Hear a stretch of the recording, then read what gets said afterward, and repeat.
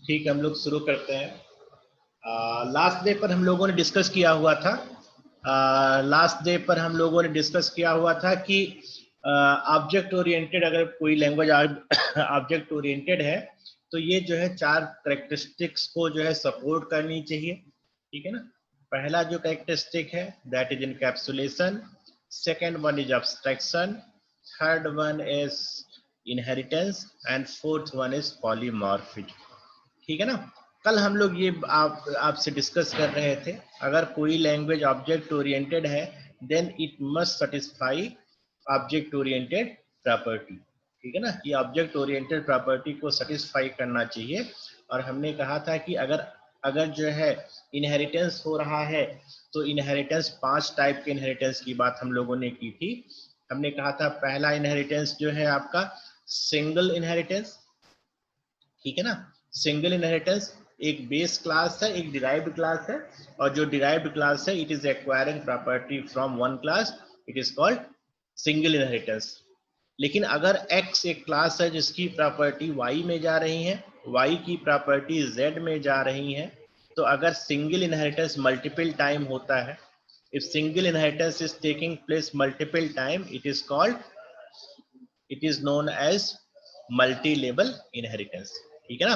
तीसरा हम लोगों ने बात किया था कि अगर एक क्लास x है and it is acquiring property from more than one class, तो इसको हम लोगों ने बोला था कि दिस इज मल्टीपल इनहेरिटेंस। और हमने कहा था जस्ट इसका अपोजिट, अगर एक क्लास की प्रॉपर्टी 2 क्लास में जा रही है, ठीक है ना, two different classes are acquiring property from one base class, it is called hierarchical inheritance. और हमने कहा था कि अगर कोई कॉम्प्लेक्स सिस्टम है, for any complex system if it contains more than 2 different type of inheritance, it is called hybrid inheritance। ठीक है ना। तो हम लोग यहीं से शुरू करते हैं, बैकग्राउंड हमारा बन गया है, यहाँ से हम लोग शुरू करते हैं। अच्छा, लोगों को थोड़ा कहिए जुड़े भाई, लोगों को बोलिए अपने फ्रेंड्स को कि जल्दी जल्दी जुड़े। ठीक है, हम अब अपने स्क्रीन को शेयर कर रहे हैं। अपने स्क्रीन को हमने शेयर कर दिया हुआ है। ठीक है, अपने स्क्रीन को हमने शेयर कर दिया हुआ। आप यहाँ पर आइए, यहाँ पर हम लोग आ रहे हैं। हमने पेन अपना क्रिएट किया हुआ है, पेन ले लिया, इसका हमने छोटा सा पॉइंट ले लिया लिखने के लिए। अब हम लोग डिस्कस करेंगे एक थोड़ा सा हाइब्रिड सिस्टम के बारे में। हम लोग थोड़ा सा डिस्कस कर लेते हैं, व्हाट इज हाइब्रिड सिस्टम। ठीक है ना।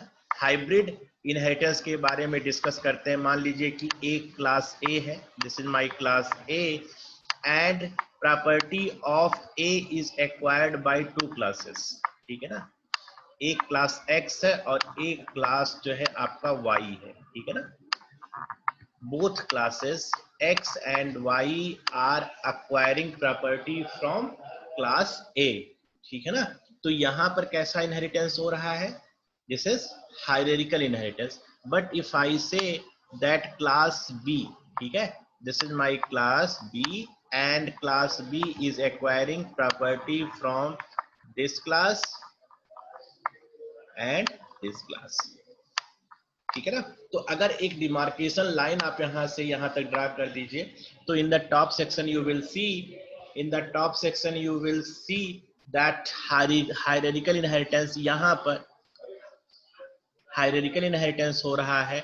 और लोअर लेवल में यहाँ पर आप देख पा रहे हैं कि class B is acquiring property from class X and class Y. So this is multiple inheritance. तो अगर एक कॉम्प्लेक्स सिस्टम है जिसमें एक से अधिक टाइप के इनहेरिटेंस है, it is called hybrid inheritance. ठीक है ना। एक सिस्टम की बात हम लोग और कर रहे हैं। मान लीजिए कि एक क्लास एक्स है, एक क्लास वाई है और एक क्लास जेड है। ठीक है ना। 3 क्लास है एक्स वाई जेड, और एक क्लास हमारा ए है। ठीक है ना।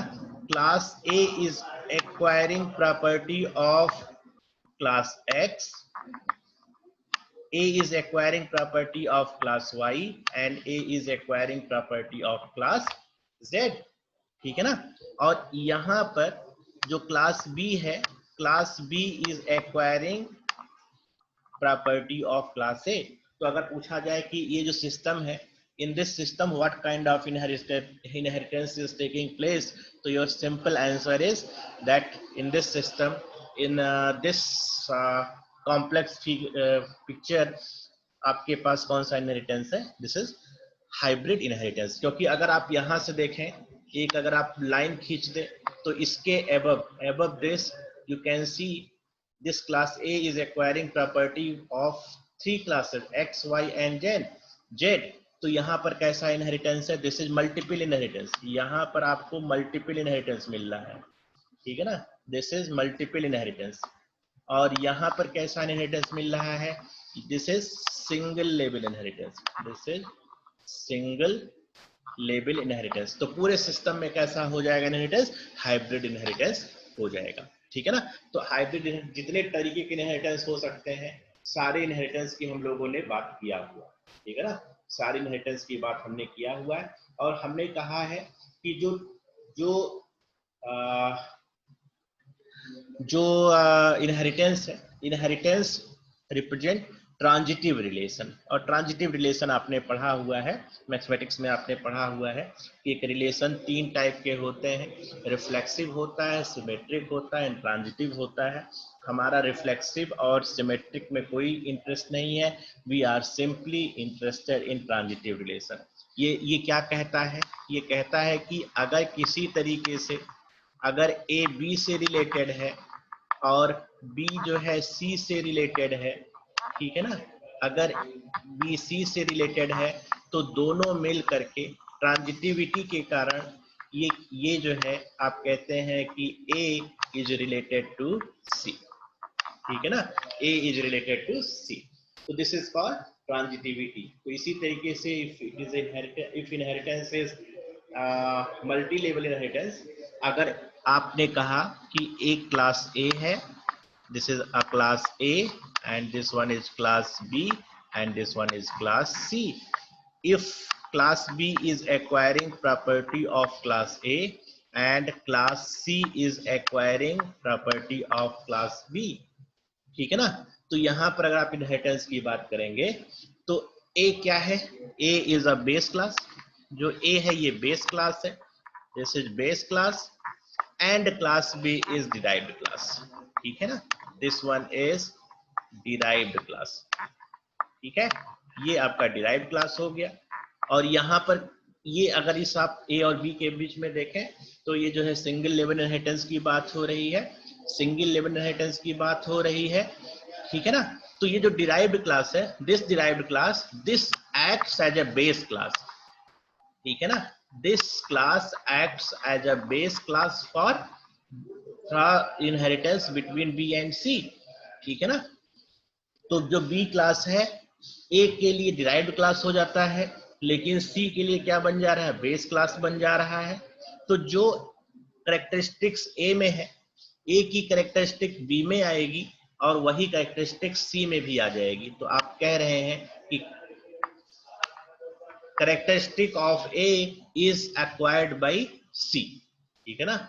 जो ए की प्रॉपर्टी है, जो ए की प्रॉपर्टी, अच्छा प्रॉपर्टी जब हम लोग बात करते हैं तो बायोलॉजिकल प्रॉपर्टी डेफिनेटली क्लास की बायोलॉजिकल प्रॉपर्टी नहीं होगी। जो क्लास की प्रॉपर्टी होगी वो क्या होगी? पहला, एक क्लास में वेरिएबल्स होंगे, ठीक है ना? क्लास में वेरिएबल्स होंगे और क्लास में क्या होंगे? फंक्शंस होंगे, ठीक है ना? जब हम लोग क्लास की प्रॉपर्टी की बात करते हैं, जो क्लास की प्रॉपर्टी की बात करते हैं तो क्लास के मेंबर्स क्या क्या हो सकते हैं? वेरिएबल्स हो सकता है और फंक्शंस हो सकता है। तो यही जो वेरिएबल्स हैं, variable of A is acquired by B and it is also acquired by C, ठीक है ना? तो this kind of inheritance it is called hierarchical, this is called transitive behaviour of a relation. समझ में आ गया? Hopefully आपको clear हो गया कि ट्रांजिटिव रिलेशन हम लोग किसको बोलते हैं। तो जो इनहेरिटेंस है, इनहेरिटेंस में ट्रांजिटिविटी पूरी तरीके से वैलिड है, ठीक है? समझ में आ रहा है? Please respond somebody, please respond somebody. Sir हाँ जी, आप समझ में आ रहा है?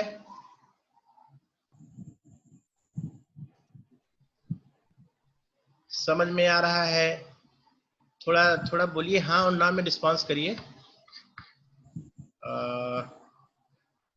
खुशबू यस सर। समझ में आ रहा है? Yes Priyanshi, sir. Priyanshi, Srishti Sahu, yes sir.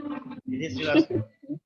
अभी देखिए जो हम यस लोग सर। बात, अभी हम लोग जो बात कर रहे हैं वो थ्योरेटिकल बैकग्राउंड की बात कर रहे हैं, अभी पर कहीं पर प्रोग्राम्स की बात नहीं आई है। अभी हम लोग जो है थ्योरेटिकल बैकग्राउंड की बात कर रहे हैं, और ये जो है नई एक आइडिया है, ये एक नई आइडिया है, और जब ये हमारे पास थ्योरेटिकल बैकग्राउंड हो जाएगा, then we will try to implement all these idea into programs. समझ में आ रहा है? ये सारी चीजें प्रोग्राम के फॉर्म में इनहेरिटेंस होगी। तो जब हम लोग कहते हैं कि प्रॉपर्टी इनहेरिटेंस हो रही है, प्रॉपर्टी एक क्लास की प्रॉपर्टी दूसरे क्लास में आ रही है, इट सिंपली मींस क्लास में कोई बायोलॉजिकल प्रॉपर्टी तो होता नहीं कि डीएनए जैसी चीजें जो है एक जनरेशन से दूसरे जनरेशन में आ रही, ऐसा नहीं होता। ठीक है ना? क्लास की प्रॉपर्टी जो है वो वेरिएबल्स है एंड फंक्शंस है, और जब हम लोग प्रॉपर्टी को एक्वायर करते हैं तो कुछ वेरिएबल यहाँ से यहाँ पर एक्वायर हो रहे हैं और वही वेरिएबल यहाँ से एक्वायर हो। तो variable of A is also accessible inside C. That means inheritance is transitive in nature. ठीक है ना?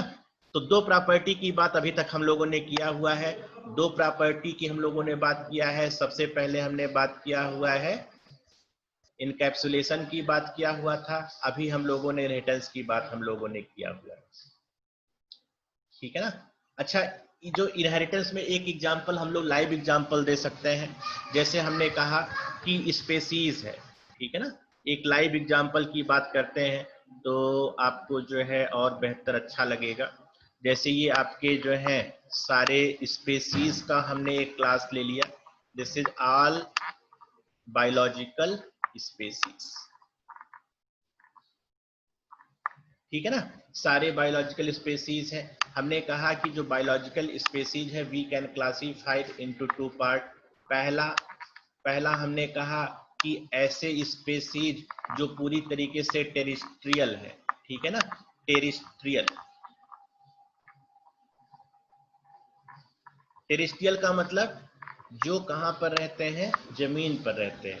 And there are some species that can survive aquatic life.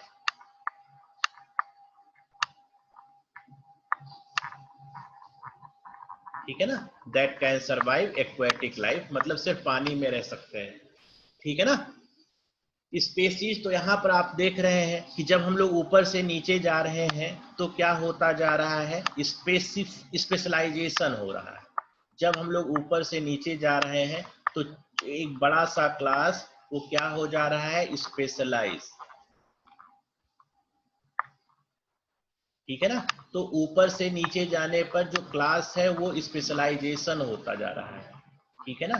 तो specialization is top to bottom approach, top to bottom. ठीक है ना?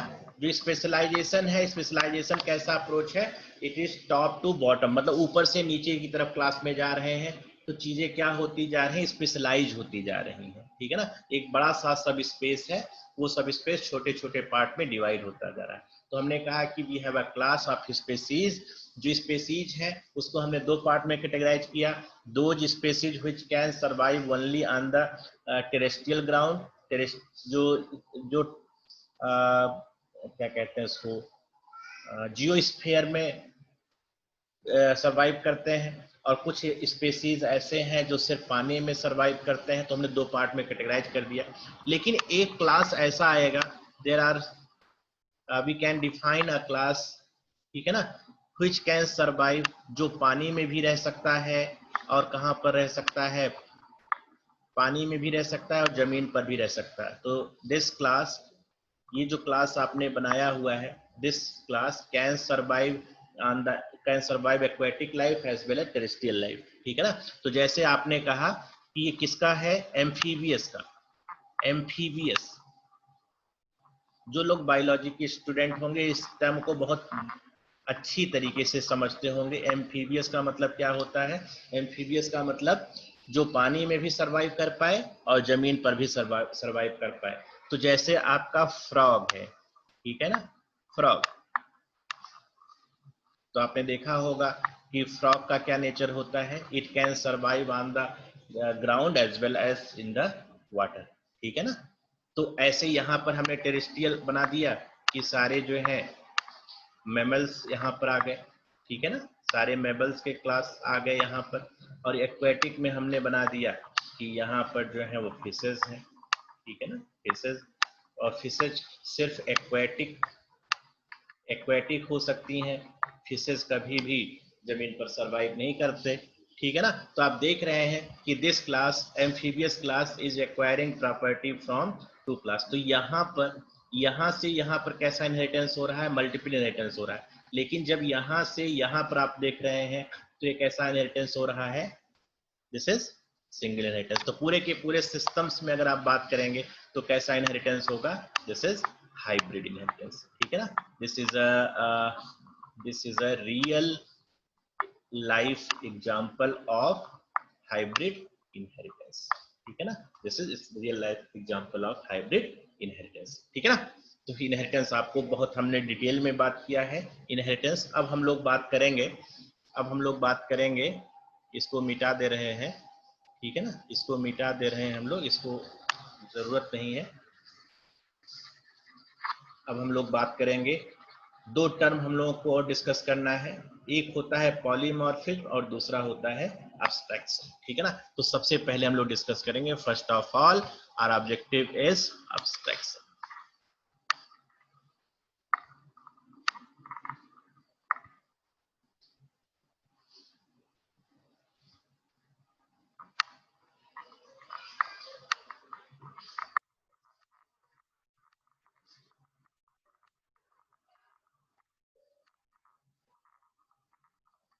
ठीक है ना, abstraction. What is abstraction? Abstraction आप जानते हैं, एब्स्ट्रैक्शन का मतलब होता है कि कुछ चीज को हाइड कर देना। Abstraction is simply means data hiding, ठीक है ना। तो अगर आपसे पूछा जाए कि व्हाट इज एब्स्ट्रैक्शन, या आपसे पूछा जाए कि what is data hiding, both are same thing, ठीक है ना।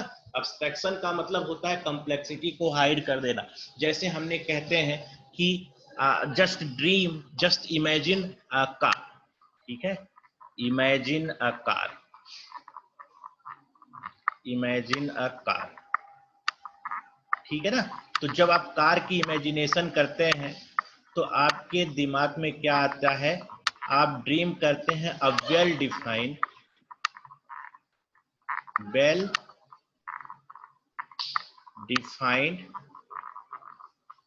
ऑब्जेक्ट, ठीक है ना।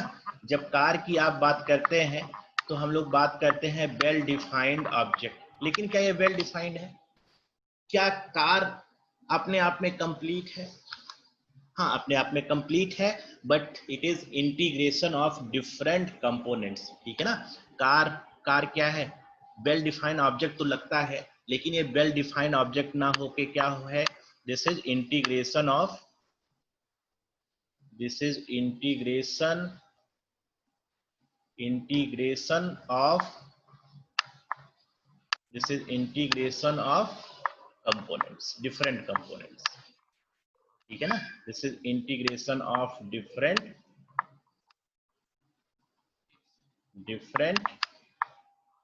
components,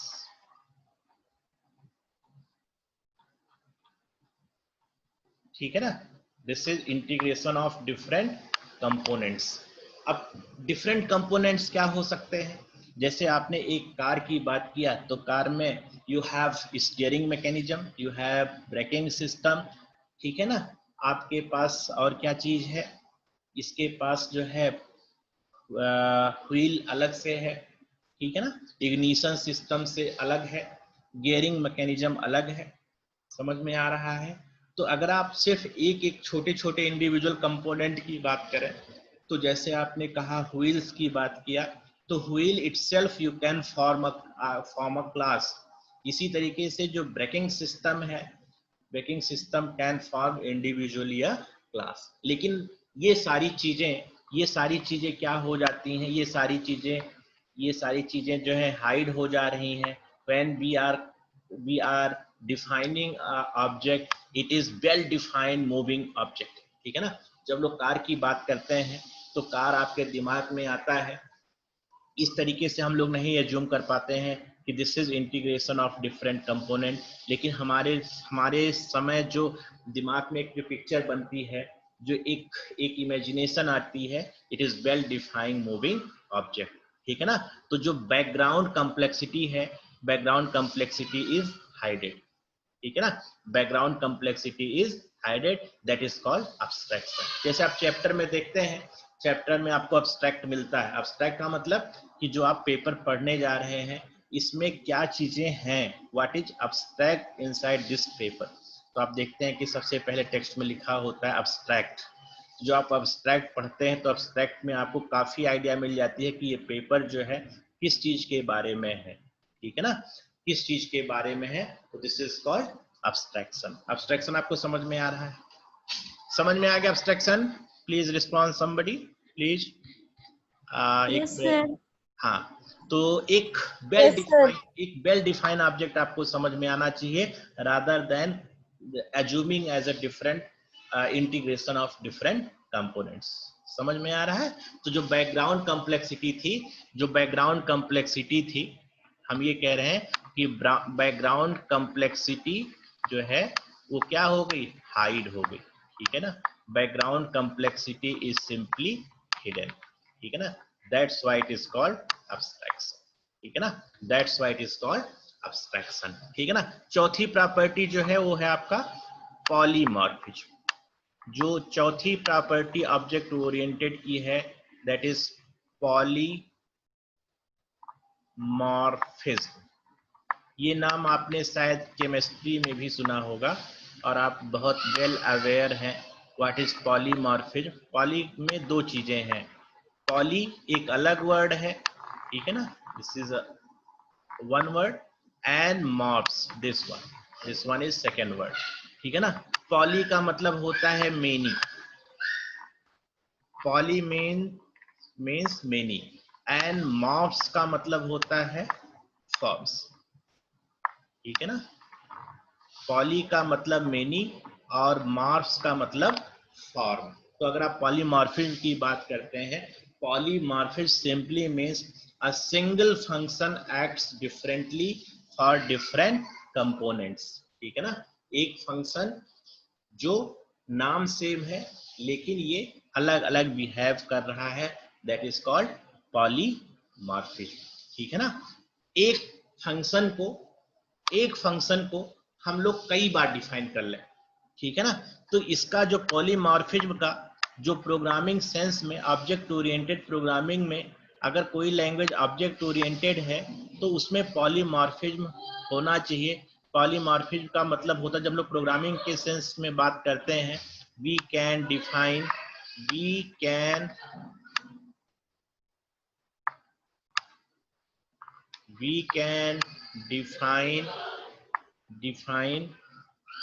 a function,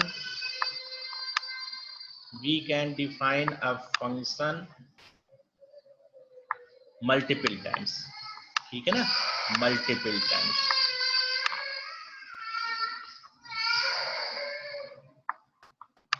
ठीक है ना, एक फंक्शन को हम लोग कई बार डिफाइन कर पा रहे हैं, this is only possible due to polymorphic behaviour. ठीक है ना, नहीं तो क्या होना चाहिए, एक फंक्शन सिर्फ आप एक बार डिफाइन कर सकते हैं। ठीक है ना, फंक्शन की एक ही डेफिनेशन होनी चाहिए, और अगर आपने एक फंक्शन को दो बार डिफाइन करने की कोशिश किया हुआ है तो that is kind of error.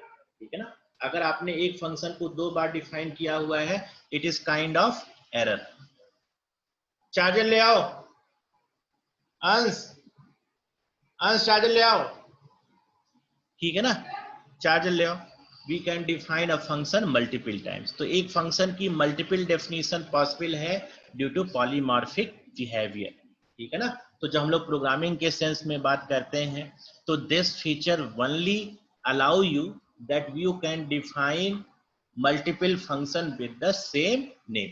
ठीक है ना, अब थोड़ा सा बात करते हैं हम लोग, जैसे हमने कहा एक फंक्शन स्क्वायर है, ठीक है ना, एक फंक्शन हमने स्क्वायर बनाया, चार्जर ले आओ, ठीक है ना, एक फंक्शन हमने स्क्वायर बनाया, इसके अंदर आर्गुमेंट कितना है 5 है। दूसरा हमने फंक्शन बनाया स्क्वायर, इसके अंदर आर्गुमेंट क्या है स्क्वायर एंड आर्गुमेंट इज 5.0, ठीक है ना। तो क्या इस फंक्शन की दो डेफिनेशन हो सकती है? क्या फंक्शन की दो डेफिनेशन पॉसिबल है? या अगर आप ऑब्जेक्ट ओरिएंटेड, जो लैंग्वेज ऑब्जेक्ट ओरिएंटेड, क्या हो गया इसमें, अगर कोई लैंग्वेज ऑब्जेक्ट ओरिएंटेड नहीं, अगर कोई लैंग्वेज ऑब्जेक्ट ओरिएंटेड नहीं है, ठीक है ना, तो शायद उसमें एक फंक्शन की दो डेफिनेशन आप नहीं बना सकते, ठीक है ना, आप फंक्शन की दो डेफिनेशन नहीं बना सकते। लेकिन अगर लैंग्वेज ऑब्जेक्ट ओरिएंटेड को सपोर्ट करता है, जैसे आप प्रोसीजरल प्रोग्रामिंग अप्रोच की बात कर रहे हैं, तो प्रोसीजरल प्रोग्रामिंग में अगर आप एक नाम से दो फंक्शन क्रिएट करते हैं तो दैट विल थ्रो एरर, ठीक है ना। एक नाम से अगर दो फंक्शन आप क्रिएट करने की कोशिश करते हैं तो एरर शो होगा।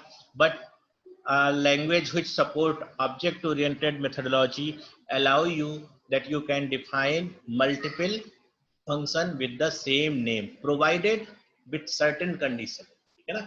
कुछ कंडीशन ऐसी होनी चाहिए जो आपको फुलफिल करना पड़ेगा, अदरवाइज आप फंक्शन की मल्टीपल डेफिनेशन नहीं रख सकते, ठीक है ना। तो फंक्शन की डेफिनेशन जब हम लोग बात कर रहे हैं तो किसकी बात कर रहे हैं, यहाँ पर ये जो आर्गुमेंट है आप देख पा रहे हैं कि first argument it is integer in nature, जो पहला फंक्शन हमने डिफाइन किया हुआ है इसमें जो आर्गुमेंट की नेचर है ये इंटीजर है। और यहाँ पर आप देख पा रहे हैं जो सेकेंड फंक्शन हमने डिफाइन किया है इसमें आर्गुमेंट की जो नेचर है वो कैसा नेचर है, फ्लोट नेचर, ठीक है ना। In the first function argument is simply an integer number and in the second function argument is float number, ठीक है ना। तो फंक्शन की नेम सेम है, फंक्शन का नाम ठीक है सेम है, but functions having different kind of argument, ठीक है ना, function having different kind of argument. तो अगर कोई भी लैंग्वेज ऑब्जेक्ट ओरिएंटेड मेथोडोलॉजी को सपोर्ट करती है, if any language claim to be object oriented language, it must satisfy polymorphic behaviour. जैसे आपने पढ़ा होगा कि केमिकली जो है ग्रेफाइट और जो डायमंड, ठीक है ना, आपने केमिस्ट्री में पढ़ा होगा कि graphite and diamond has same chemical formula, ठीक है ना, but its shape are different, समझ में आ रहा है। और वहां पर इसका आपने क्या नाम दिया हुआ है, पॉलीमॉर्फ्स आपने बोला हुआ है, ठीक है ना, पॉलीमॉर्फ्स आपने बोला है कि जो ग्रेफाइट है, graphite and diamond are polymorphs of each other. या हो सकता है आपने कुछ और नाम दिया हो, अलग नाम दिया हो, शायद एलोट्रोप कहा होगा, आई डोंट नो, ठीक है। But you can define in the programming sense, you can define a function with multiple name, ठीक है ना।